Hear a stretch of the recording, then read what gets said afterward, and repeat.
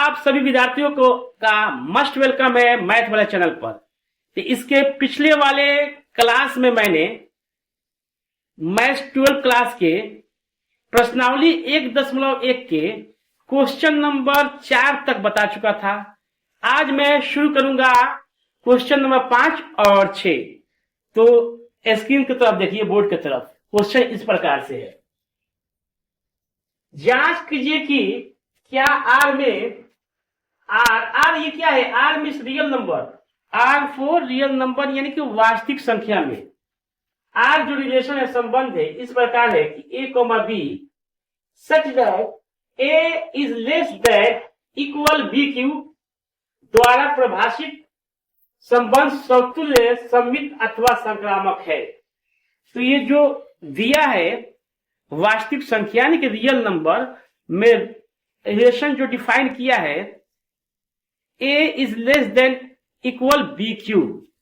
तो इसमें हम लोग को चेक करना है बारी बारी से। सबसे पहले चेक करेंगे समतुल्य यानी कि दुष्टों की भाषा में रिफ्लेक्सिव रिलेशन। तो सबसे पहले चेक करने जाएंगे हम लोग।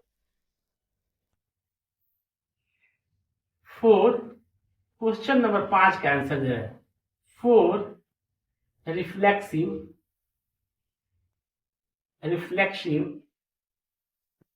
रिलेशन यानी कि समतुल्य संबंध चेक करेंगे। तो हम लोग लेट करेंगे, मानेंगे कि ए बिलोंग्स टू आर, यानी कि ए जो है वो रियल नंबर से क्या करता है? बिलोंग करता है। क्या करता है बाबू? रियल नंबर से बिलोंग करता है। तो देखा जाए गौर से, ए बराबर मैंने मान लिया 1/2। क्या माना? 1/2 ले लिया। तो कंडीशन दिया है ए यानी कि a is less than equal to a क्यों लिखेंगे कंडीशन के अनुसार? क्यों? क्योंकि रिफ्लेक्सिव में दोनों जगह क्या होता है? सेम टू सेम होता है। अब इससे पता चलता है बाबू, ये लिखेंगे 1/2 is less than equal to 1/2 का होल क्यू। क्या लिखेंगे? Whole cube. तो इससे रिजल्ट निकल रहा है 1/2 is less than equal to 1/8, यानी कि बोल रहा है कि 1/2 जो है 1/8 से छोटा है। तो सर गलत बोल रहा है जी, सर गलत है, यानी कि ये क्या होगा? ये गलत होगा। इसलिए a comma a does not belongs to R. तो ए और ए क्या होगा? ये रियल नंबर से लिए है तो बिलोंग नहीं करेगा। किसमें? रिलेशन से नहीं करेगा। और जब रिलेशन से बिलोंग ही नहीं करेगा तो therefore this is not reflexive relation. इसलिए क्या है बाबू? रिफ्लेक्सिव रिलेशन नहीं है। जहां ए बराबर मैंने 1/2 लिया है, वहां 1/3 भी ले सकते थे। ठीक है ना? तो आप 1/3 रख के भी इसको क्या करेंगे? बना सकते हैं। ठीक ना? क्लियर हुआ? तो ये क्या हुआ? रिफ्लेक्सिव रिलेशन नहीं हुआ। अब हम लोग चेक करेंगे दूसरा नंबर में 4 सिमेट्रिक रिलेशन। क्या करेंगे? सिमेट्रिक रिलेशन चेक करेंगे। तो यहां पर लेट करेंगे, मान लेंगे ए और बी दोनों किससे बिलोंग कर रहा है जी? रियल नंबर से। ए और बी दोनों किससे बिलोंग कर रहा है? रियल नंबर से। अब ए बराबर मैंने ले लिया 1/2, अब बी बराबर क्या ले लिया? 1 ले लिया। अब चेक करेंगे इससे, यानी कि जो डिफाइन किया गया रिलेशन दिया गया उसके अनुसार। तो अगर मैंने 1/2 is less than equal to 1 का क्यू रखा, तो देख रहे हैं कि 1/2 क्यू का मतलब एक ही हुआ है 1 का। तो ये क्या है? सही है, यानी कि ये क्या होगा? 1/2 1 से छोटा होगा। इससे पता चल रहा है कि 1/2, 1 बिलोंग्स टू दिस रिलेशन, यानी कि इस रिलेशन से ये क्या कर रहा है? ए बी बिलोंग कर रहा है। क्या कर रहा है बाबू? ए बी 100% बिलोंग कर रहा है। लेकिन कंडीशन नंबर 2, जब मैंने इसको क्या किया, b is less than equal to a क्यों लिखा, अब क्या होगा, चेंज होगा, ये चेंज होगा तो b की जगह क्या लिखेंगे, 8 इज लेस देन 1/2 का होल क्यूब। इसका मीनिंग हुआ कि 1 इज लेस देन 1/8, ये हुआ रिजल्ट निकला। लेकिन जानते हैं एक कभी 1/8 से छोटा होगा, ये सरासरी गलत है। क्या है, 100% गलत है।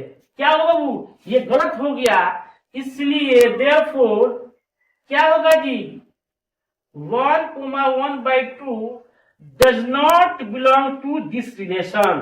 तो 1/2, 1 और 1/2 इस रिलेशन में बिलोंग नहीं करेंगे।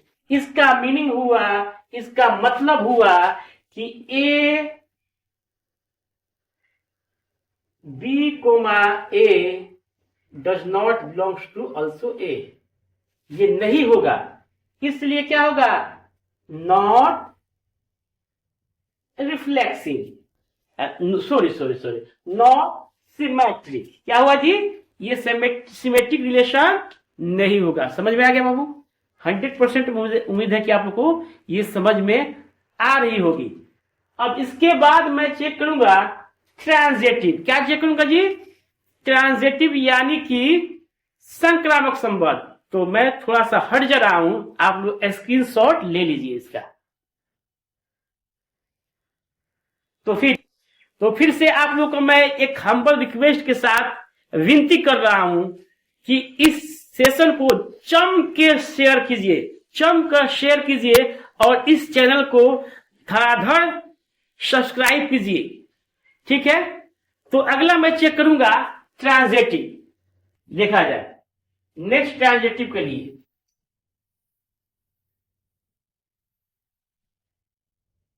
फोर ट्रांजिटिव किसके लिए बाबू, ट्रांजिटिव रिलेशन के लिए। किसके लिए मैं चेक करूंगा, ट्रांजिटिव रिलेशन यानी संक्रामक संबंध के लिए। तो अब माना या लेट कर लेंगे हम लोग, let A B and C all belongs, यानी कि A B C all belong किससे, रियल नंबर से। अब क्या करेंगे, ए बराबर मैंने मान लिया 10, अब बी बराबर ले लिया 4 एंड सी बराबर क्या मान लिया 2। तो बाय कंडीशन, जो आपका रिलेशन में कंडीशन दिया है उसके अनुसार क्वेश्चन को हम क्या करेंगे, सॉल्व करेंगे और चेक करेंगे कि ये ट्रांजिटिव है कि नहीं है। ठीक है, ओके, देखा जाए तो पहला अनुसार यानी कि a is less than equal to B cube. देखा जाए तो a की जगह मैंने रखा 10 इज लेस देन, b की जगह क्या रखा 4 रखा। तो इसका रिजल्ट जो आया बाबू 10 इज लेस देन 64। ये तो 100% सही है जी, यानी कि क्या a, b बिलोंग्स कर रहा है। ठीक है, क्या कर रहा है, बिलोंग्स कर रहा है। फिर मैंने क्या किया, b is less than C cube, condition number 2 लूंगा। जैसे लिया तो ये b की जगह क्या रखा 4 रखा, ये क्या है 2 हुआ क्यू। तो सर जी ये भी 100% क्या कर रहा है, बिलोंग कर रहा है। इसका मीनिंग हुआ कि बी और सी क्या कर रहा है, इस रिलेशन में है। इस रिलेशन में क्या है, 100% है, इसलिए बीसी भी क्या कर रहा है, बिलोंग कर रहा है।